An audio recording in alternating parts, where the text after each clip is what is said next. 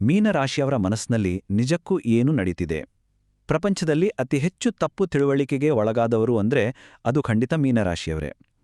ಹೊರಗಡೆ ಸದಾ ನಗುನಗುತ್ತಾ ಎಲ್ಲರ ಜತೆ ಬೆರೆಯುವ ಆ ಶಾಂತ ಮುಖದ ಹಿಂದೆ ಯಾರಿಗೂ ಅರ್ಥವಾಗದ ಎಷ್ಟೊಂದು ನೋವು, ತ್ಯಾಗ ಮತ್ತೆ ರಹಸ್ಯಗಳಡಗಿರ್ತವೆ ಗೊತ್ತಾ? ಜಗತ್ತು ಇವರನ್ನ ಸುಮ್ಮನೆ ಗೊಂದಲದ ಮನುಷ್ಯರು ಅಂತ ತೀರ್ಮಾನ ಮಾಡ್ಬಿಡುತ್ತೆ. ಆದರೆ ಅವರ ಒಳಗೆ ಒಂದು ದೊಡ್ಡ ಜ್ವಾಲಾಮುಖಿಯೇ ಇದೆ ಅನ್ನೋದು ಯಾರಿಗೂ ತಿಳಿದಿಲ್ಲ. ಸರಿ, ಬನ್ನಿ ಮೀನರಾಶಿಯವರ ಈ ವಿಶಿಷ್ಟವಾದ ಹೀರೋಸ್ ಜರ್ನಿಯ ಆಳಕ್ಕೆ ಇಳಿದು ನೋಡೋಣ. ಇವರ ಆ ಗುಪ್ತ ಮನಸ್ಸಿನೊಳಗೆ ನಿಜವಾಗಿಯೂ ಏನು ನಡೀತಿರುತ್ತೆ? ಜನ ಅಂದುಕೊಳ್ಳೋದೇನು ಅಂದ್ರೆ ಮೀನರಾಶಿಯವರು ತುಂಬ ಮೃದು ಸ್ವಭಾವದವರು, ಸುಲಭವಾಗಿ ಅರ್ಥವಾಗುವರು ಅಂತ. ಆದರೆ ಜ್ಯೋತಿಷ್ಯಶಾಸ್ತ್ರದ ಮೂಲಗಳ ಪ್ರಕಾರ ರಾಶಿಚಕ್ರದ ಮೊದಲ 11 ರಾಶಿಗಳ ನೋವು, ಅನುಭವ ಮತ್ತು ಜ್ಞಾನದ ಸಂಪೂರ್ಣ ಭಂಡಾರವೇ ಇವರು. ಹೌದು, ಇವರು ಅಕ್ಷರಶಃ ರಹಸ್ಯಗಳ ಒಂದು ದೊಡ್ಡ ಮಹಾಸಾಗರ. ತಮ್ಮ ಸುತ್ತಮುತ್ತಲಿನ ಜನರ ಕಷ್ಟಗಳನ್ನ, ನಕಾರಾತ್ಮಕ ಶಕ್ತಿಯನ್ನ ಒಂದು ಸ್ಪಂಜಿನ ಹಾಗೆ ಹೀರ್ಕೊಳ್ಳೋ ಆ ಅಗಾಧವಾದ ಸಂವೇದನಾಶೀಲತೆಯೇ ಇವರ ಅತಿದೊಡ್ಡ ಶಕ್ತಿ. ಹಾಗೆ ಅದೇ ಇವರ ಪಾಲಿನ ಶಾಪ ಕೂಡ. ಅದಕ್ಕೆ ನೋಡಿ ಇವರನ್ನ ಪದೇ ಪದೇ ಅಷ್ಟು ಸುಸ್ತು ಮತ್ತು ವಿಪರೀತ ಒಂಟಿತನ ಕಾಡುತ್ತಲೇ ಇರುತ್ತೆ. ಆಧ್ಯಾತ್ಮಿಕ ಆಸೆಗಳು ಹಾಗೂ ಪ್ರಾಪಂಚಿಕ ಆಕರ್ಷಣೆಗಳು, ಈ ಎರಡೂ ಮೀನುಗಳು ವಿರುದ್ಧ ದಿಕ್ಕಿನಲ್ಲಿ ಈಜುವ ಸಂಕೇತ ಇದೆಯಲ್ಲ, ಅದು ಕೇವಲ ಒಂದು ಚಿಹ್ನೆಯಲ್ಲ. ಇದು ಮೀನರಾಶಿಯವರ ಮನಸ್ಸಿನ ಒಳಗಡೆ ಪ್ರತಿದಿನ ಪ್ರತಿ ಕ್ಷಣವೂ ನಡೆಯುವ ಒಂದು ದೊಡ್ಡ ಯುದ್ಧ. ಒಂದು ಕಡೆ ಅವರ ಆತ್ಮಕ್ಕೆ ಆಧ್ಯಾತ್ಮಿಕ ಶಾಂತಿ, ನೆಮ್ಮದಿ ಬೇಕಿರುತ್ತೆ. ಆದರೆ ಇನ್ನೊಂದು ಕಡೆ ಈ ಪ್ರಪಂಚದ ಆಕರ್ಷಣೆಗಳು ಮತ್ತು ಜವಾಬ್ದಾರಿಗಳು ಅವರನ್ನ ಎಳೆದಾಡ್ತವೆ. ಇದನ್ನ ನೋಡಿ ಜನ ಇವರು ಯಾವ ನಿರ್ಧಾರವನ್ನೂ ಬೇಗ ತಗೊಳ್ಳಲ್ಲ, ಯಾವಾಗಲೂ ಗೊಂದಲದಲ್ಲೇ ಇರ್ತಾರೆ ಅಂತ ಸುಲಭವಾಗಿ ಜಡ್ಜ್ ಮಾಡ್ತಾರೆ. ಆದರೆ ಆ ಹೊರಗಿನ ಮೌನದ ಹಿಂದೆ ತಲೆಯಲ್ಲಿ ಸಾವಿರಾರು ಆಲೋಚನೆಗಳ ಒಂದು ಸೈಲೆಂಟ್ ಬಿರುಗಾಳಿಯೇ ಬೀಸುತ್ತಿರುತ್ತೆ ಅನ್ನೋದು ಮಾತ್ರ ಯಾರಿಗೂ ಅರ್ಥ ಆಗಲ್ಲ. ವಿಭಾಗ 1: ಸಂಬಂಧಗಳ ದ್ವಂದ್ವ ಜಗತ್ತು. ಆದರೆ ಒಂದು ವಿಷಯ ಗೊತ್ತಾ? ಸಂಬಂಧಗಳ ವಿಚಾರಕ್ಕೆ ಬಂದಾಗ ಮೀನರಾಶಿಯವರ ಕತೆ ಸಂಪೂರ್ಣವಾಗಿ ಬೇರೆದೇ ಆಗಿರುತ್ತೆ. ಯಾರನ್ನಾದರೂ ಪ್ರೀತಿಸಿದ್ರೆ ಅಥವಾ ಯಾರನ್ನಾದರೂ ಒಮ್ಮೆ ನಂಬಿದ್ರೆ ಕಣ್ಣು ಮುಚ್ಕೊಂಡು ಅವರ ತಪ್ಪುಗಳನ್ನು ಕ್ಷಮಿಸಿಬಿಡ್ತಾರೆ. ಬರೀ ಜನರ ಒಳ್ಳೆತನವನ್ನು ಮಾತ್ರ ನೋಡಿ ಅವರನ್ನ ಅತಿಯಾಗಿ ನಂಬೋದರಿಂದ ಕೊನೆಗೆ ಅದೇ ಜನ ಬೆನ್ನಿಗೆ ಚೂರಿ ಹಾಕಿದಾಗ ಇವರು ಭಾವನಾತ್ಮಕವಾಗಿ ಸಂಪೂರ್ಣವಾಗಿ ಕುಸಿದು ಬೀಳ್ತಾರೆ. ಸ್ವಂತ ಸಂತೋಷವನ್ನ ಬಲಿಕೊಟ್ಟಾದರೂ ಸರಿ, ಬೇರೆಯವರ ಮುಖದಲ್ಲಿ ನಗು ನೋಡಬೇಕು ಅಂತ ಹೋಗಿ ಕೊನೆಗೆ ತಮ್ಮ ಅಸ್ತಿತ್ವವನ್ನೇ ಕಳೆದುಕೊಳ್ಳುವ ಬಲಿಪುಷು ಮನೋಭಾವ ಇವರದು. ಅಷ್ಟೇ ಅಲ್ಲ, ಯಾರಿಗೂ ಮುಖಕ್ಕೆ ಒಡೆದಂತೆ ಇಲ್ಲ ಅಂತ ಹೇಳೋಕೆ ಬರದೇ ಇರೋ ಕಾರಣ ಇವರನ್ನ ಸುಲಭವಾಗಿ ಬಳಸ್ಕೊಂಡು ಎಸೆಯುವವರ ಸಂಖ್ಯೆನೇ ಜಾಸ್ತಿ. ಆ ನೋವನ್ನ ಯಾರಿಗೂ ಹೇಳ್ಕೊಳ್ಳಲಾಗದೆ ಒಂಟಿಯಾಗಿ ಕಣ್ಣೀರು ಹಾಕುವ ಎಷ್ಟೋ ರಾತ್ರಿಗಳನ್ನ ಇವರು ಕಳೆದಿರ್ತಾರೆ. ಆದ್ರೆ ಇಲ್ಲಿಂದ ಕಥೆ ಬದಲಾಗುತ್ತೆ. ಒಮ್ಮೆ ತೀವ್ರವಾದ ದ್ರೋಹಕ್ಕೆ ಒಳಗಾದ್ಮೇಲೆ ಮೀನರಾಶಿಯವರು ಬೂದಿಯಿಂದ ಎದ್ದು ಬರುವ ಬೆಂಕಿಯ ಹಕ್ಕಿಯಂತೆ ಫೀನಿಕ್ಸ್ ತರಹ ಮೇಲೆದ್ದು ಬರ್ತಾರೆ. ಆ ನೋವಿನಿಂದಲೇ ತಮ್ಮ ಅತಿದೊಡ್ಡ ಆಧ್ಯಾತ್ಮಿಕ ಶಕ್ತಿಯನ್ನು ಕಂಡುಕೊಳ್ತಾರೆ. ಅವರು ಸುಲಭವಾಗಿ ಎಲ್ಲವನ್ನೂ ಸಹಿಸಿಕೊಳ್ತಾರೆ, ಪದೇ ಪದೇ ಅವಕಾಶ ಕೊಡ್ತಾರೆ ನಿಜ. ಆದರೆ ಒಮ್ಮೆ ರೋಸಿ ಹೋಗಿ ಕಟುವಾಗಿ ನಿರ್ಧಾರ ತೆಗೆದುಕೊಂಡು ತಮ್ಮ ಹೃದಯದ ಬಾಗಿಲನ್ನು ಮುಚ್ಚಿದ್ರೆ ಮುಗೀತು. ಆ ವ್ಯಕ್ತಿ ಎಷ್ಟೇ ಬೇಡ್ಕೊಂಡ್ರೂ ಇವರು ಮತ್ತೆ ಹಿಂತಿರುಗಿ ನೋಡೋದೇ ಇಲ್ಲ. ಆ ನೋವು ಅವರನ್ನು ಸುಡುವುದಿಲ್ಲ, ಬದಲಾಗಿ ಜಾಗೃತಗೊಳಿಸಿ ಜಗತ್ತಿಗೆ ದಾರಿ ತೋರುವ ದೊಡ್ಡ ಬೆಳಕಾಗಿ ರೂಪಾಂತರಗೊಳಿಸುತ್ತೆ. ವಿಭಾಗ 2: ವೃತ್ತಿಜೀವನದ ಅಚ್ಚರಿಯ ರಹಸ್ಯಗಳು.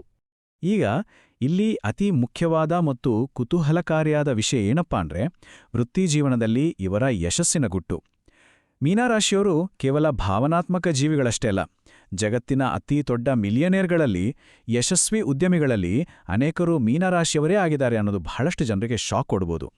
ವೃತ್ತಿಜೀವನದಲ್ಲಿ ಇವರ ಅತಿದೊಡ್ಡ ಶಕ್ತಿ ಕೇವಲ ಕಠಿಣ ಪರಿಶ್ರಮ ಮಾತ್ರ ಅಲ್ಲ, ಅದು ಇವರ ಅಂತರ್ಜ್ಞಾನ ಅಂದ್ರೆ ಇಂಟ್ಯೂಷನ್. ಎದುರಿಗಿರುವ ವ್ಯಕ್ತಿ ಸುಳ್ಳು ಹೇಳ್ತಿದ್ದಾನೆ ಅಥವಾ ಏನೋ ಮೋಸ ಮಾಡಲು ಸಂಚು ರೂಪಿಸ್ತಿದ್ದಾನೆ ಅನ್ನೋದನ್ನ ಇವರು ಕಣ್ಣು ನೋಡಿಯೇ ಪತ್ತೆ ಹಚ್ಚಿಬಿಡ್ತಾರೆ. ಮಾರುಕಟ್ಟೆಯಲ್ಲಿ ಮುಂದೆ ಏನಾಗ್ಬೋದು ಅನ್ನೋದನ್ನು ಮುಂಚಿತವಾಗಿಯೇ ಊಹಿಸುವ ಒಂದು ನೈಸರ್ಗಿಕ ಪ್ರತಿಭೆ ಇವರಲ್ಲಿದೆ. ಕಲೆ, ಸಾಹಿತ್ಯ, ವೈದ್ಯಕೀಯ ಸೇವೆ ಮತ್ತು ಆಧ್ಯಾತ್ಮಿಕ ಕ್ಷೇತ್ರದಲ್ಲಿ ಮೀನರಾಶಿಯವರು ಅದ್ಭುತವಾದ ಯಶಸ್ಸನ್ನ ಸಾಧಿಸ್ತಾರೆ. ಆದರೆ ಇಲ್ಲೊಂದು ಕಟುವಾದ ಎಚ್ಚರಿಕೆಯ ಮಾತು ಹೇಳಲೇಬೇಕು. ಇವರಲ್ಲಿ ದಿಢೀರ್ನೆ ಬರುವ ಸೋಮಾರಿತನ, ಕೆಲಸದಲ್ಲಿ ಶಿಸ್ತಿನ ಕೊರತೆ ಮತ್ತು ಯಾರೋ ಕಷ್ಟ ಅಂತ ಕೇಳಿದ್ರು ಅಂತ ಜೇಬಲ್ಲಿರುವ ಕೊನೆಯ ರೂಪಾಯಿಯನ್ನು ತೆಗೆದುಕೊಡುವ ಆ ಅತಿಯಾದ ಉದಾರತೆ ಇದೆಯಲ್ಲ, ಅದು ಇವರ ಸಂಪತ್ತನ್ನೇ ಸಂಪೂರ್ಣವಾಗಿ ಖಾಲಿ ಮಾಡಿಬಿಡ್ಬೋದು. ವೃತ್ತಿಜೀವನದಲ್ಲಿ ಉನ್ನತ ಮಟ್ಟಕ್ಕೆ ಬೆಳೆಯಬೇಕಾದ್ರೆ ಇವರು ತಮ್ಮ ಹಣ ಮತ್ತು ಸಮಯದ ಮೇಲೆ ಹಿಡಿತ ಸಾಧಿಸಲೇಬೇಕು. ವಿಭಾಗ 3: 2026ರ ಮಹತ್ವದ ತಿರುವು. ಇಲ್ಲಿ ನಿಜವಾದ ಸತ್ಯ ಶುರುವಾಗುತ್ತೆ. 2026ನೇ ಇಸ್ವಿ ಮೀನರಾಶಿಯವರ ಜೀವನದಲ್ಲಿ ಒಂದು ಅತಿ ದೊಡ್ಡ ಸುಂಟ್ರಗಾಳಿಯನ್ನೇ ಸೃಷ್ಟಿಸಲಿದೆ. ಜನವರಿಯಿಂದ ಶುರುವಾಗಿ ವಿಶೇಷವಾಗಿ ಏಪ್ರಿಲ್ ಮತ್ತು ಮೇ ತಿಂಗಳಿನಲ್ಲಿ ಮಂಗಳ ಮತ್ತು ಶನಿಯ ಸಂಯೋಗ ಆಗೋದ್ರಿಂದ ವಾಹನ ಚಲಾಯಿಸುವಾಗ ಅಥವಾ ಆಸ್ತಿ ವಿಚಾರದಲ್ಲಿ ಅತ್ಯಂತ ಜಾಗರೂಕರಾಗಿರಲೇಬೇಕು.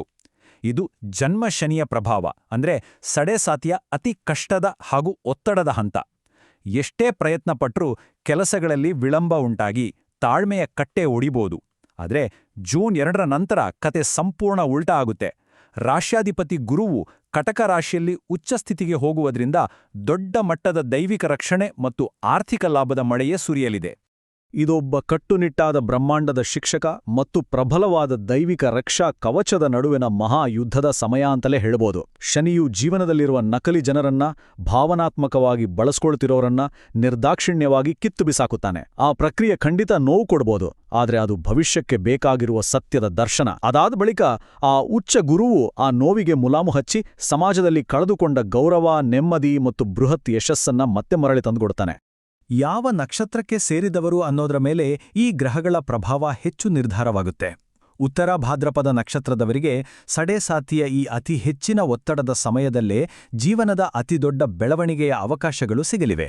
ಇನ್ನು ಪೂರ್ವ ಭಾದ್ರಪದ ನಕ್ಷತ್ರದವರಿಗೆ ಉಚ್ಚ ಗುರುವಿನಿಂದ ಜ್ಞಾನ ವಿಸ್ತರಣೆ ಮತ್ತು ಗರಿಷ್ಠ ಮಟ್ಟದ ಲಾಭ ಸಿಗಲಿದೆ. ಆದರೆ ರೇವತಿ ನಕ್ಷತ್ರದವರು ಈ ಸಮಯದಲ್ಲಿ ಸಂವಹನದಲ್ಲಿನ ಗೊಂದಲಗಳನ್ನು ತಪ್ಪಿಸಲು ಅತಿಯಾಗಿ ಭಾವನೆಗಳಿಗೆ ಒಳಗಾಗದೆ ಕೇವಲ ಬುದ್ಧಿಯನ್ನ ಬಳಸಿ ತಾರ್ಕಿಕವಾಗಿ ನಿರ್ಧಾರ ತೆಗೆದುಕೊಳ್ಳುವುದು ಬಹಳ ಮುಖ್ಯ. ವಿಭಾಗ 4. ಗುಪ್ತ ಪರಿಹಾರಗಳು ಮತ್ತು ಅಂತಿಮ ಹೆಜ್ಜೆಗಳು. ಈ ಕಷ್ಟದ ಸಮಯವನ್ನ ದಾಟಲು ಬರೀ ಯೋಚನೆ ಮಾಡಿಕೊಂಡು ಕೂತ್ರೆ ಖಂಡಿತ ಆಗೋದಿಲ್ಲ. ಜ್ಯೋತಿಷ್ಯ ಮೂಲಗಳ ಪ್ರಕಾರ ಕೆಲವು ನಿರ್ದಿಷ್ಟ, ಸುಲಭ ಮತ್ತು ಶಕ್ತಿಯುತವಾದ ಪರಿಹಾರಗಳನ್ನು ಅಳವಡಿಸಿಕೊಳ್ಳಬೇಕು. ಗುರುವಿನ ಕೃಪೆ ಮತ್ತು ರಕ್ಷಣೆಗಾಗಿ ಪ್ರತಿ ಗುರುವಾರ ಅಥವಾ ಪ್ರತಿದಿನ ವಿಷ್ಣು ಸಹಸ್ರನಾಮ ಪಠಿಸುವುದು ಅತ್ಯುತ್ತಮ. ಶನಿಯ ಸಡೆಸಾತಿಯ ತೀವ್ರತೆಯಿಂದ ಪಾರಾಗಲು ಶನಿವಾರ ಸಂಜೆ ಭಕ್ತಿಯಿಂದ ಹನುಮಾನ್ ಚಾಲೀಸ ಹೇಳಿಕೊಳ್ಳಬೇಕು. ಯಾವುದೇ ಕಾರಣಕ್ಕೂ ಸುಳ್ಳು ಹೇಳುವುದನ್ನು ಬಿಟ್ಟು ಶಿಸ್ತಿನಿಂದ ಇರುವುದು ಅತ್ಯಗತ್ಯ. ಮತ್ತೊಂದು ಅತಿ ಗುಪ್ತವಾದ ಆದರೆ ಅತ್ಯಂತ ಪರಿಣಾಮಕಾರಿಯಾದ ದಿನನಿತ್ಯದ ಪರಿಹಾರ ಏನಪ್ಪಾ ಅಂದ್ರೆ, ಪ್ರತಿದಿನ ಮನೆಯಲ್ಲಿರುವ ಹಿರಿಯರಿಗೆ ನಮಸ್ಕರಿಸುವುದು ಮತ್ತು ತುಳಸಿ ಗಿಡಕ್ಕೆ ನೀರು ಹಾಕುವುದು. ಈ ಒಂದು ಸಣ್ಣ ನಿಸ್ವಾರ್ಥ ಕೆಲಸ ನೂರಾರು ದೋಷಗಳನ್ನು ಸಂಪೂರ್ಣವಾಗಿ ತೊಳೆದು ಹಾಕುತ್ತೆ ಅಂತ ಹೇಳಲಾಗತ್ತೆ.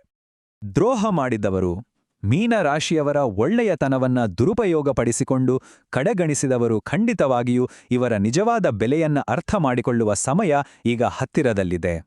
ಇವರ ಒಳಗಿರುವ ಆ ಅಪಾರ ದೈವಿಕ ಶಕ್ತಿ ಈಗ ಜಾಗೃತವಾಗ್ತಿದೆ. ಈ ಅದ್ಭುತ ಶಕ್ತಿಯನ್ನ ಹೇಗೆ ಬಳಸ್ಕೊಳ್ತಾರೆ ಅನ್ನೋದು ಮಾತ್ರ ಇವರ ಕೈಯಲ್ಲೇ ಇದೆ. ಇಡೀ ಬ್ರಹ್ಮಾಂಡದ ಶಕ್ತಿ ಮೀನರಾಶಿಯವರ ಬೆನ್ನಿಗಿದೆ ಎನ್ನುವುದನ್ನ ಮರೆಯುವಂತಿಲ್ಲ. ಈ ವಿಶೇಷವಾದ ವಿಶ್ಲೇಷಣೆ ಇಷ್ಟವಾಗಿದ್ರೆ ದಯವಿಟ್ಟು ಕಾಮೆಂಟ್ ಮಾಡಿ, ನಮ್ಮ ಚಾನೆಲ್ಗೆ ಸಬ್ಸ್ಕ್ರೈಬ್ ಮಾಡಿ ಮತ್ತು ನಿಮಗೆ ತಿಳಿದಿರುವ ಮೀನರಾಶಿಯ ಆಪ್ತರೊಂದಿಗೆ ಇದನ್ನ ತಪ್ಪದೇ ಶೇರ್ ಮಾಡಿ. ಇದು ಅವರ ಜೀವನದ ದೃಷ್ಟಿಕೋನವನ್ನೇ ಬದಲಾಯಿಸಬಹುದು. ಮತ್ತೊಂದು ಕುತೂಹಲಕಾರಿ ವಿಶ್ಲೇಷಣೆಯೊಂದಿಗೆ